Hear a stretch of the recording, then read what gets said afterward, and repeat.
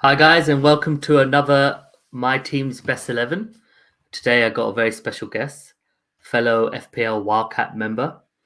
He has a fantastic channel called FPL Today, where he goes through everything FPL related. A bit of a juggernaut when it comes to Fantasy Premier League, and it's JNO. So, Jay, was that a good enough plug? Yeah, it sounded good enough to me. I mean, I probably wouldn't have plugged myself so hard. I like to think I'm a bit more modest than that introduction, but thank you. I appreciate it. Well, that's what I'm here to do, isn't it? I can be the one to, Yeah, and then put I a can be bit. the humble guest while inside my head I'm like, damn right, I'm that good. Exactly.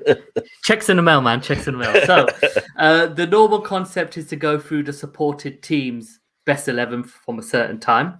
But instead, what I focus on after speaking to Jay a bit is to go through the best English 11 during the Premier League era. So, I think we're going about 30 years now. So, just like the normal process or structure of the show is I compile a short list of 33 players, 3 per position. I then finalize it with the guest. So, for example, Jay, and then he tells me if he's happy with it and he chooses his formation. But before we start, what is your finest England moment as a fan, Jay? I would have to say it's probably the time I got into football, like proper got into football. So it would have to be the 1996 Euros, where England actually had a good run in the tournament. And I mean, we've had a decent run recently, but some would argue we faced easier opponents and other people did.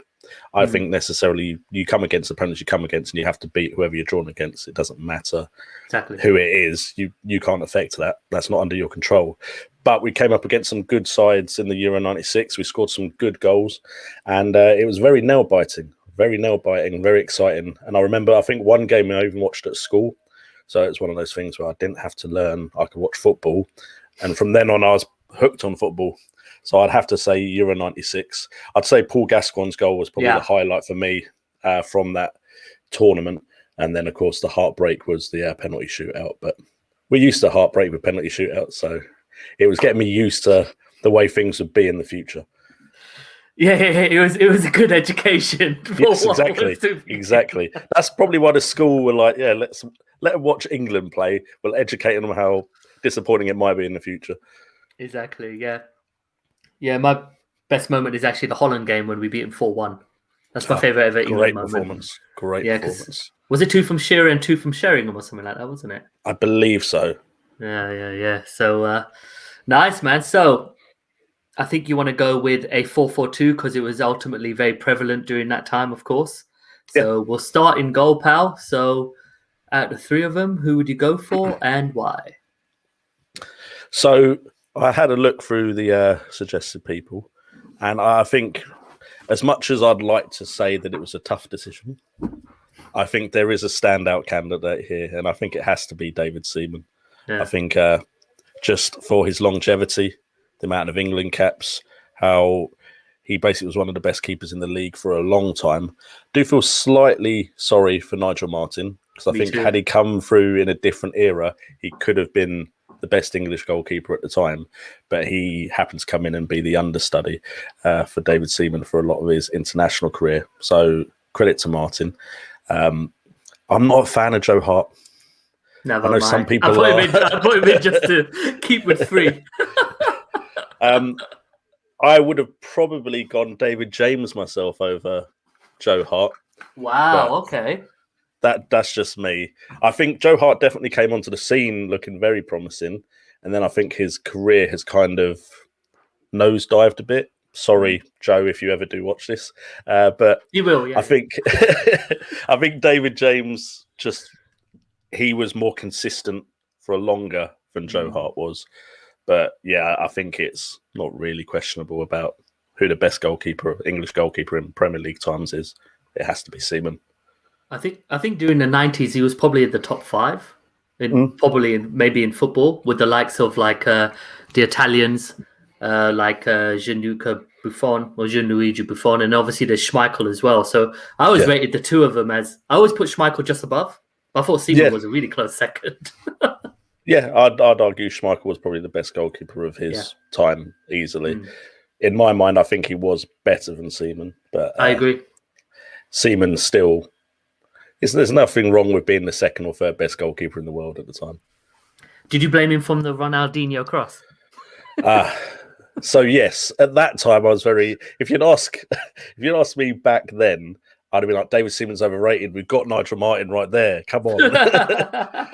But yeah, I'm not going to lie. There was a lot of times when I was looking at understudies thinking they could come in and do a better job. Maybe Seaman's past it. But if you think of his whole career, I think he has to be number one. Awesome. So we got David Seaman between the sticks. Helps he's an Arsenal player as well, me being a Gunner. So thanks a lot for that, Jay. Another check's in the mail. So, you might get a few more. Might be a few more checks then. I might, yeah. You're used to talking to me and we're being negative about Arsenal. So, this will be a nice change of scene. So right back, pal. Again, I think Kyle Walker and Trent Alexander-Arnold are great players. But I think, again, you're looking at the entire career of Gary Neville. And I don't think you can really put Walker or Trent above Gary Neville yet. He was part of that United side. Do you think he was underrated? I think he was underrated. I'd say both. Yeah, he was part of a Man United side that were very, very good and very dominant. And he's got a lot of accolades to his name. But I reckon when you're in that kind of side as a defender, especially potentially a right and left back, when right and left backs maybe weren't as attacking back in the day, had more defensive responsibilities, I think players like Gary Neville could get overlooked. One that I was thinking of as well was Lee Dixon as well. But he's not there, so I didn't pick him. I thought I'm picking enough Arsenal players later on. So let's not go and add another one at right back. Let me quickly edit this. But yeah, Gary Neville, I think it just has to be. I think he was at always a 7 out of 10. I never saw him have a terrible game. You know what I mean? So nowadays we're used to right backs scoring great volleys or long shots or putting in great crosses. I don't remember Gary Neville doing anything particularly memorable in my head. If you went, what's your favourite Gary Neville moment? I'd probably think of his punditry more than his actual playing career. So, maybe it's not the most inspiring pick. Maybe he wouldn't be as effective now in the current state of football, where right and left backs are a lot more attacking. But at his time, I think it's not really questionable how good he was. I agree. I have to agree. On the other side, left back, what do you think? Here we go, Ashley Cole. Don't get me wrong. Chelsea legend. I personally was very fond of his time at Arsenal, but yeah, one of those players that made one of those moves where a lot of football fans would be like, "You've gone from that club to that club." But I think Ashley Cole I think it did help that he came in at a time when there probably wasn't a lot of competition for him. I can't really think of many left backs that could have competed for his spot against him at the time he was in the England squad. And I think overall in the Premier League, I don't remember many left backs being better than him in any Premier League side either. Stuart Pearce was one that I thought might have made the list. But I reckon the tail end of his career was Premier League, so I understand why he's not there. But Stuart Pearce was a great player as well, part of that Euro 96 that I was so fond of earlier. Leighton Baines, maybe a little shout, although he probably hasn't achieved much accomplishment-wise for trophies or anything like that. But I think Ashley Cole above Lasseau and Winterburn. Winterburn, probably a time when I wasn't as into the Premier League, but I do have some memories of Lasseau being a very good left back, but I think it has to be Ashley Cole.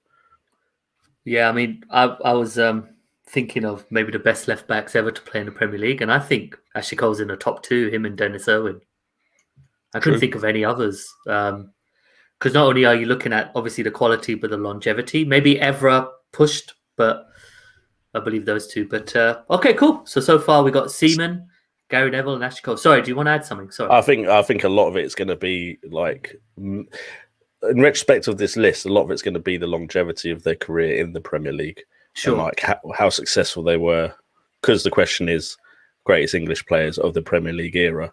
I think when it comes up against some of the other options, I'm like, did they have as much success? Were they in the Premier League at the top level of their game for as long as this other player? So I think a lot of that will base how I judge this team. Man. Okay, the next one's a tough one. Yeah, I mean, this could be one of the toughest, but trying to pick a centre-half pairing out of these 6 is going to be tough because all 6 of them were amazing. And they all succeeded. Good luck. Yes. Well, unfortunately for Bruce and Pallister, I think my knowledge of football was probably less when they were the most prevalent. Okay. So from my memory, I can't really put Bruce and Pallister at the exact same kind of level as Terry, Campbell, Rio and Adams. Well, to be fair, Adams was same time as well. But for some reason, maybe it's because he was an Arsenal player and I've lived in London most of my life. Maybe I just remember more about Adams than I do Bruce and Pallister. So Adams was close, very close. So was Sol Campbell, to be fair. Was Campbell part of the Invincibles? Yeah. I think he was, yeah. So, I mean, that's a great accomplishment in itself. I think, again, Campbell was probably one of those players that played in a side where he might have been a bit underappreciated because of all the great talent that was around him. But I went with Rio and Terry. Rio has always been a favoured defender of mine. I think just on the ball, his passing for that era of football was extremely high. For me, I almost didn't put John Terry because I'm not necessarily his biggest fan as a person. Likewise. I was very close to putting Adams or Campbell instead. But if I'm thinking just playing career, he was to some extent a good leader. Like there's still questions about whether he's a good leader overall, but as far as on the pitch, a good leader. And I think he definitely had some decent success. So I did go with Rio and Terry with a asterisk on Terry. Okay. I probably agree with you. I mean, John Terry, not a fan as a person, but as a player, he deserves all the accolades as a player because he's an incredible player. Absolutely brilliant. And I think him and Ferdinand would complement each other because one has more of the pace and probably on the ball ability, while the other one has the reading the game. Terry and Vidic are pretty much for me the same guy, if you know what I mean. Yeah. So cool. All right. We got a back 4. Funnily enough, that back 4, I think, was the World Cup 2002. Okay. Yeah. So, and I think the back 5 was, mate. Yeah, Seaman. That's our back 5. Yeah. You legit picked our back 5. All right. So we'll now go to the right. Surprising we didn't do better if that's my best back 5. We really should have done better, but it is what it is. So right mid, pal. Okay, I mean, again, I think Barnes probably tail end of his career, Premier League. I think Gascoigne, great player, probably one of the most natural talents that we've had as an English player. But I had to go with Beckham. Yeah. Just, again, longevity, important goals, important moments. Yes, he had that red card against Argentina, which, probably soured it a bit. And he had that time where he wasn't exactly the nation's favourite.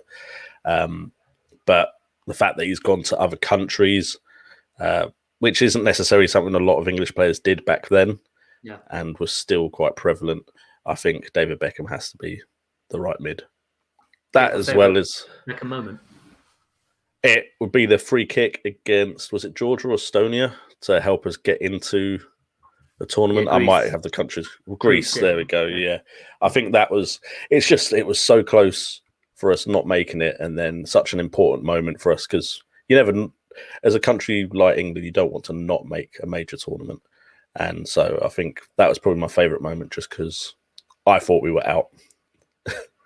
And then suddenly he comes up and hits that free kick. We knew he was capable of it, but it's just a tough. I think he missed like 7 in that game, so he waited till the last minute. Legit, he made it. He was like, "How can I make this as suspenseful as possible?" He was like, "Yeah, I'll wait till my last free kick in the game." Mine of his for England was the penalty against Argentina in the World Cup because that was kind of. I think then he found closure because. It takes a lot of grit and determination to come back because he was really the enemy of the nation, wasn't he? Yes. Legit. Oh, they were burning pictures of it, effigies of him, everything. Amazing how we were back then. Yeah. I mean, now people just go on Twitter and say stuff. Oh yeah, we're all keyboard warriors. Yeah. Back then, we didn't have the keyboard warrior platform. So, all right. So now we'll go to the other side on the left. I'll be honest with you. This was kind of difficult for me to shortlist, man. Like, because we haven't really had anyone on the left apart from recently, and a couple of them are more based on nostalgia rather than are they available. But you let me know, man. You let me know. Okay. I suppose there is an argument for Sterling. There really is an argument for Sterling because of what your he's team, done at City. Dude, your team. You do what you want.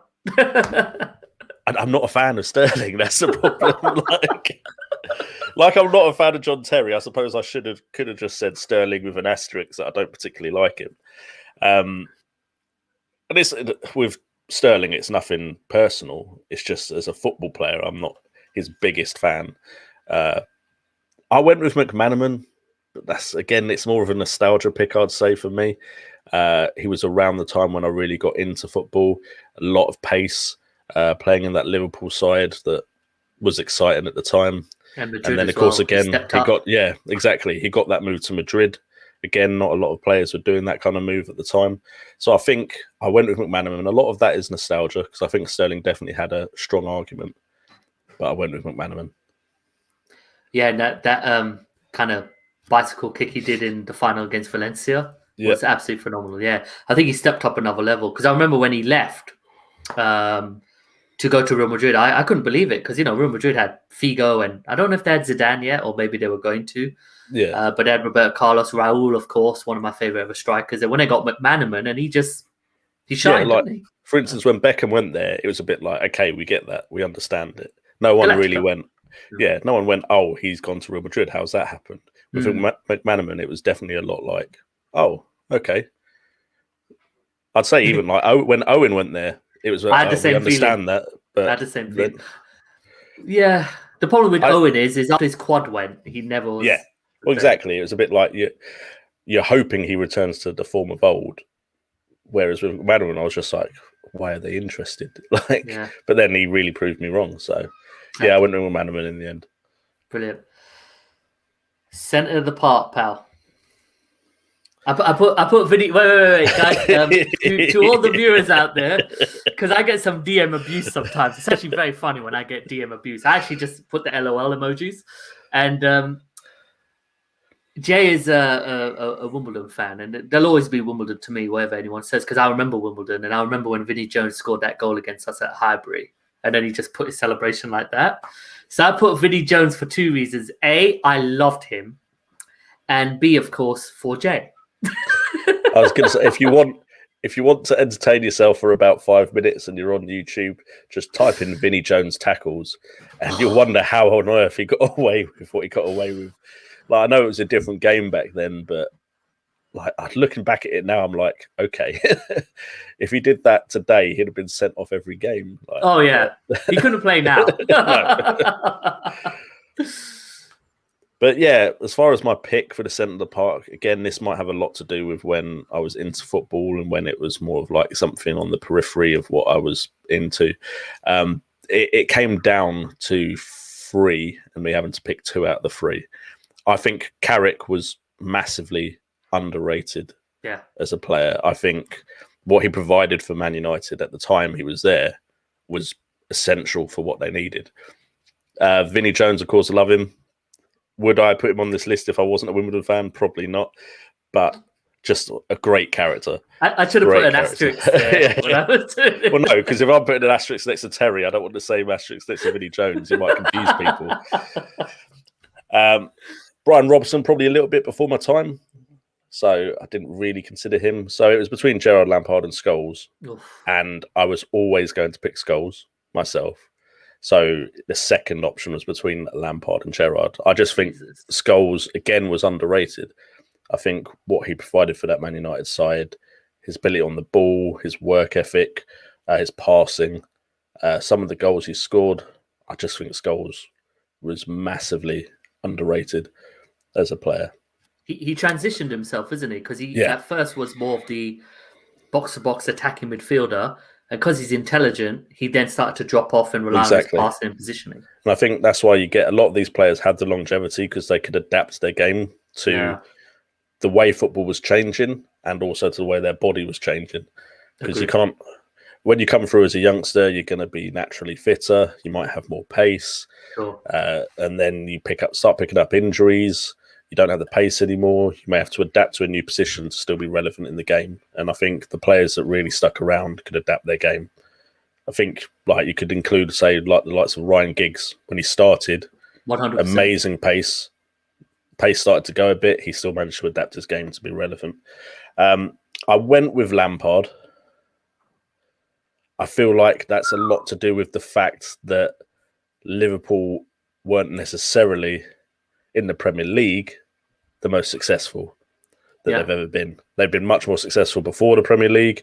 Yes, they have the success now.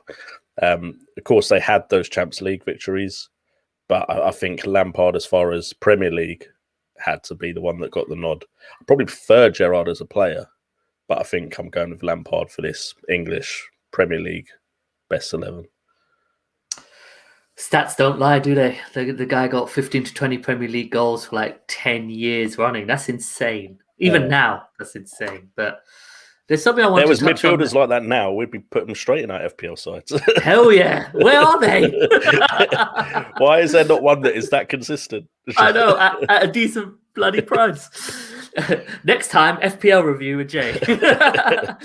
There's a point I wanted to, or I wanted to touch on something, because my previous guest, Josh from FPL Graduates, guys follow him as well. They have great content. He was also talking about Carrick. He actually put Carrick in his best Manchester United 11 from the PL era, because he's just a huge fan of him and thought he was underrated, a bit like yourself, a bit like me. The job he did for Manchester United was just, in 2007, 2008, when they had Tevez, Rooney, Ronaldo up front, it wouldn't have worked if they didn't have players like Carrick protecting them at the back. So I fully agree with you. But I can't disagree with Scholes. He's probably one of my favourite ever Premier League players who's not an Arsenal player. Amazing. And with Lampard, I agree with you. I mean, my formation would be different. I'll probably play a 4-3-3 and put them all in there. But Gerrard would miss out for me because Lampard, stats. I would say the list we've got, you'd probably pick a better 11 if you went 4-3-3. But I just think if you're being true to the way football was played for a lot of the Premier League, 4-4-2 20 years, is so prevalent as a formation. But yeah, you could literally put Gerrard, Lampard and Scholes in, and then you'd still have the left mid and right mid, and I suppose you couldn't pick two strikers then, would be the issue. And we have had some good strikers. Fantastic segue. So I'm not even going to say anything. Just good luck choosing these two. Jesus Christ. Oh, for me, it's easy. I'm really? Sorry. Oh, wow. Yeah. Okay. Ian Wright, obviously. Sorry, this is where there's one less check, unfortunately. Okay, so Fowler, a lot of controversy around him at the time. Great finisher. Didn't make it. Cole didn't make it. Owen, I think longevity-wise, didn't make it. Wright, great career, but I had to go with Shearer. I just think you can't not put Shearer in as one of the best Premier League English strikers of all time. And then I went with Rooney. Again, it's a player that adapted his game, the longevity of his career. And don't get me wrong, like, for instance, Wright had the longevity for his career and definitely would be someone I would consider if you were maybe picking three strikers. But I think for me, Shearer and Rooney definitely take it. I don't know about you, but I get this feeling that people feel Rooney didn't completely use every single ounce of ability he had. When I disagree, I think he pulled everything out that he could. I think a massive part of his career was the fact that he played with Ronaldo, and that overshadowed what he sometimes brought to the side. I think tactically he adapted his game to the way the team played, which meant he necessarily wasn't always the main focal point of, say, no offense to, say, casual fans, maybe I'll call them that, where it's like, goals. This guy's scoring all the goals, so he's the best. It's that simple. Yeah. I think Rooney was the type that when he needed to step up and be the goal scorer, he stepped up and became the goal scorer. When he needed to play a different role in the side, he did that. And then when he got older, he managed to adapt his game to still be relevant as well. And of course, he still scored some absolutely fantastic goals. So for me, Rooney definitely had to make it. I did have honourable mentions of Jamie Vardy. I know it was only the tail end of his career, but still, the fact that he was part of that Leicester side that won the Premier League. Letizia, I loved Letizia as a fan.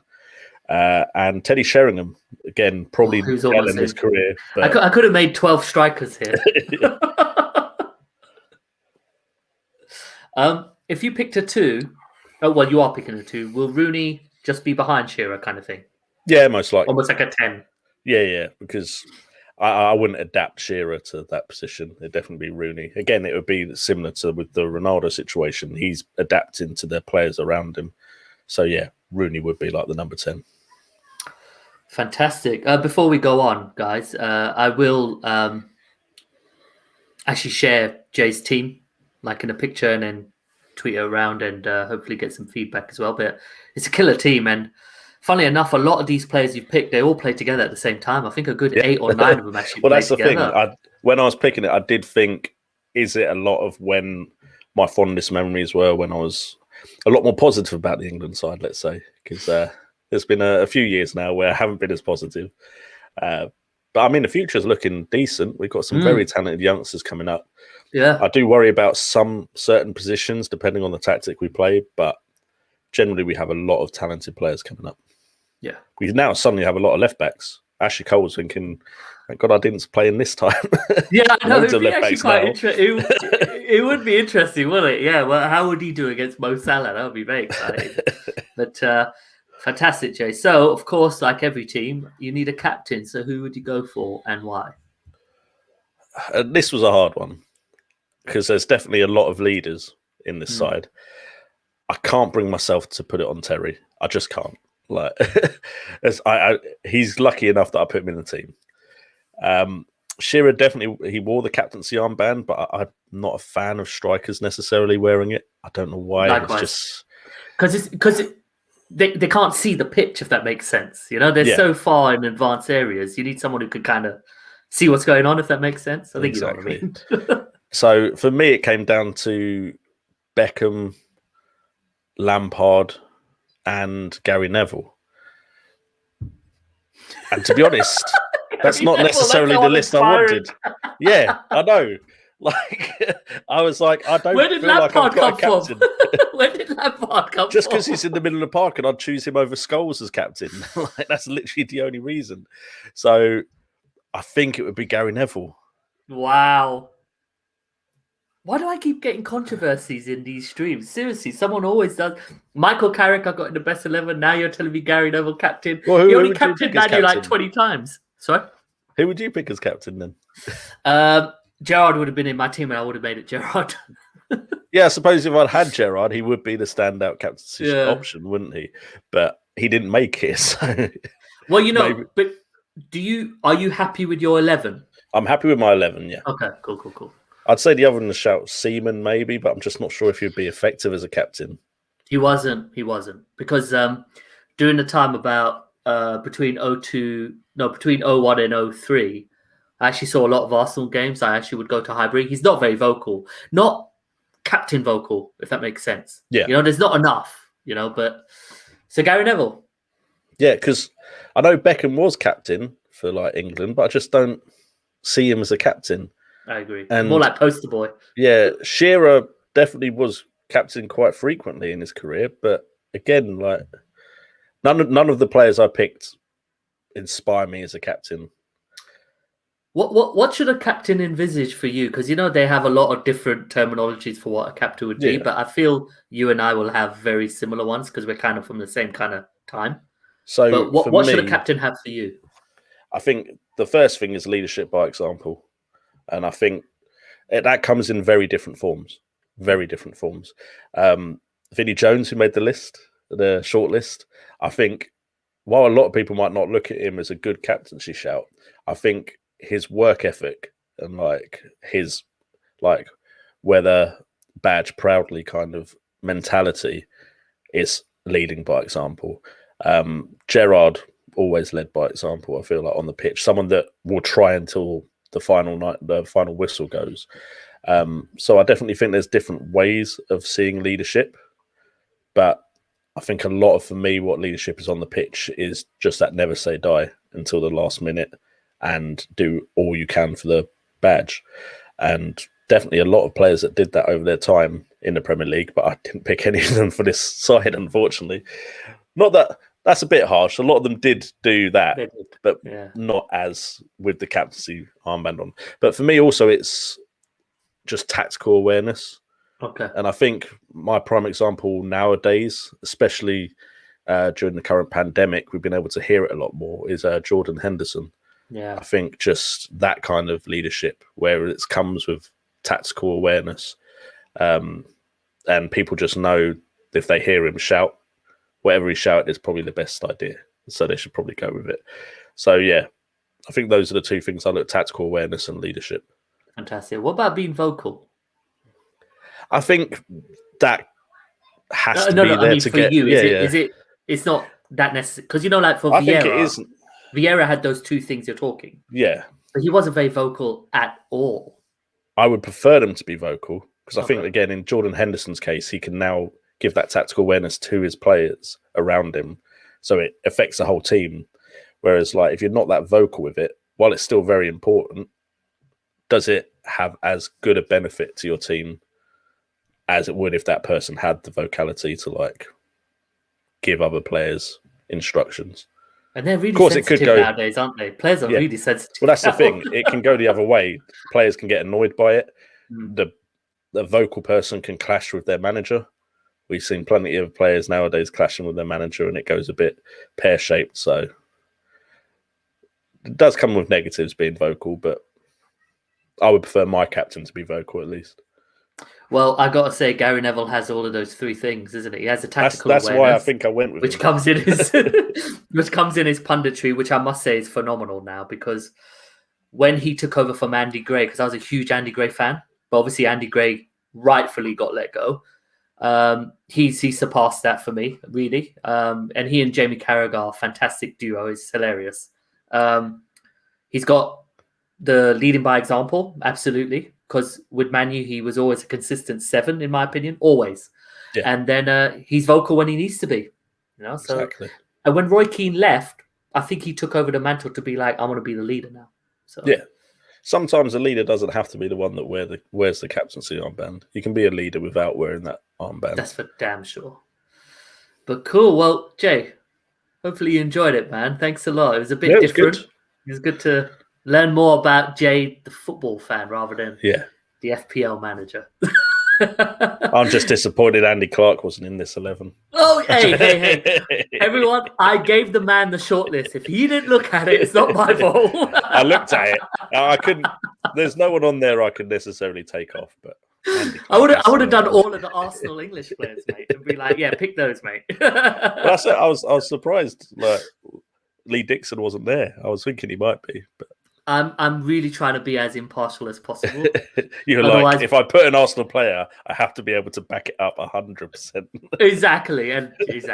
But Jay, where can I follow you, man? And of course, I'll leave everything in the descriptions.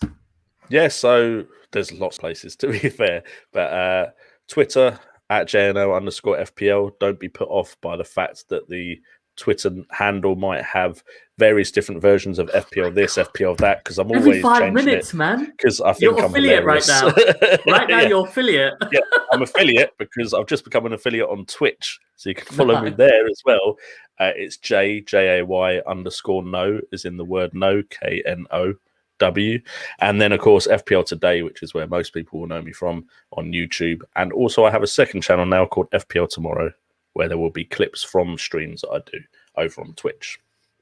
Fantastic. And he was about to say, at FPL Wildcats, where we join on there to... Oh, what are you doing? You said plug me.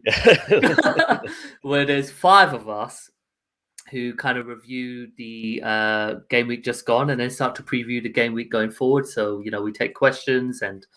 there's a bit of banter. I feel like the banter's gone a bit bigger since I'm a bit more comfortable now. So me and Jay always have a laugh or joke all the time. You should have seen the streams we did when we first started.